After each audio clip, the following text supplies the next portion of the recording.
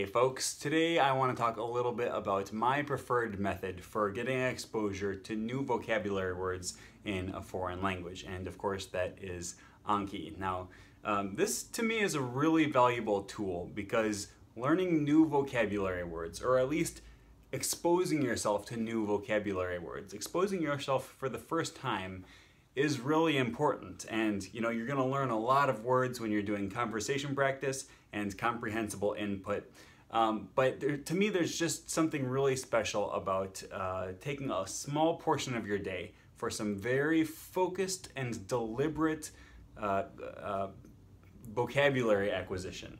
And going through and being systematic about it and finding all of the words, all of the most common words in a language, and making sure that they're on your mind, making sure that you're not skipping over them. So that way you're able to notice them better when they do come up in your comprehensible input.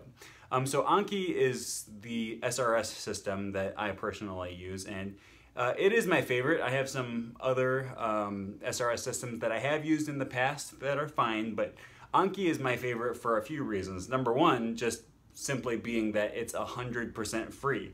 It's not owned by any company. It's free and open source software, so anyone can use it for absolutely free.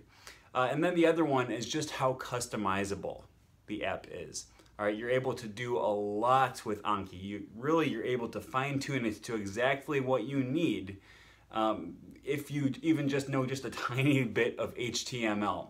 And if you don't know any HTML, that's fine. There's resources online, there's forums, there's a lot of information about Anki on their website. So it's easy to figure out the basics of how to change your cards around and fine-tune them exactly the way you want them. And this is really useful whether you're going to create your own decks on Anki, like many people do, or if you're going to, even if you're just using a deck that someone else made, right, one of their pre-made decks, but you can take what someone else did and customize it exactly the way that you want it. And that's what I normally do, honestly, because as much as I really enjoy creating my own contents, my own flashcards that are custom, like fine-tuned to my needs, it's also just really nice to have to find a deck that has just thousands of words.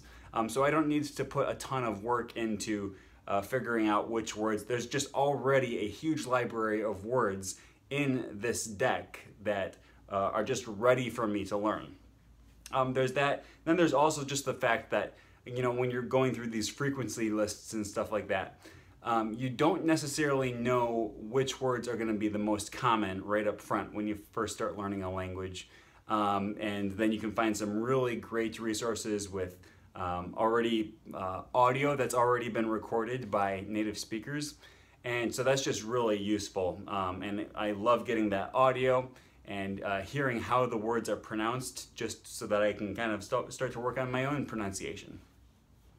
Anyways, it's really easy to go through and tweak your flashcards to exactly what you're looking for. And what I typically do is I want to have a phrase along with the word. So, it might take some scouring, looking through different decks to find the one that you exactly want to use, or you could also create your own decks. And with Anki, there's even a way of, I've never done this, but I've heard you can even somehow code it so that it takes lines directly from subtitles on Netflix, and it takes the audio so that you can hear it and read it, and then it automatically creates Anki cards just based off of the TV shows that you're watching during your comprehensible input, which is great. But one of the keys for me is that I want Anki cards that have a full phrase, not just individual words. Because when I get a word in my target language and a single word in my native language, they don't always match up. Sometimes just because there's a translation of a word doesn't mean you necessarily know how that word is going to be used in a phrase. So using the word in a full phrase is key. The other thing that I want, like I mentioned earlier, is audio so that I can hear it. But the way I set my cards up is that they should show the target language first, okay? And that's just to kind of prime your mind so that you are able to recognize words when you see them. And of course, there's a debate about this. I'm not necessarily saying this is the right way to do it. This is just what I prefer. Some people say that your flashcards should be used to help you learn how to be able to recall a word from scratch. I don't necessarily care to put that much work into it.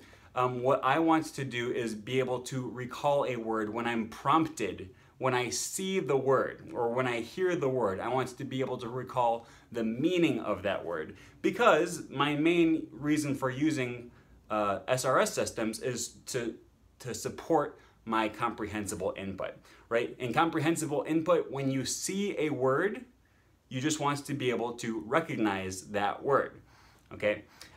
So I set my flashcards up with the target language on the front, and then when you click, show answer, then it'll show the English. And that's how I always set it up. Regardless of the way that the deck is created. If it's not created like that way, then I change it and I customize it to be that way. And then I don't want any kind of quizzes or anything. This is why, why Anki is so much better than, for example, Memrise, which is also an app that I've used quite a bit, and I have okay feelings towards Memrise. But I just hate doing the little quizzes. I don't want to do spelling tests.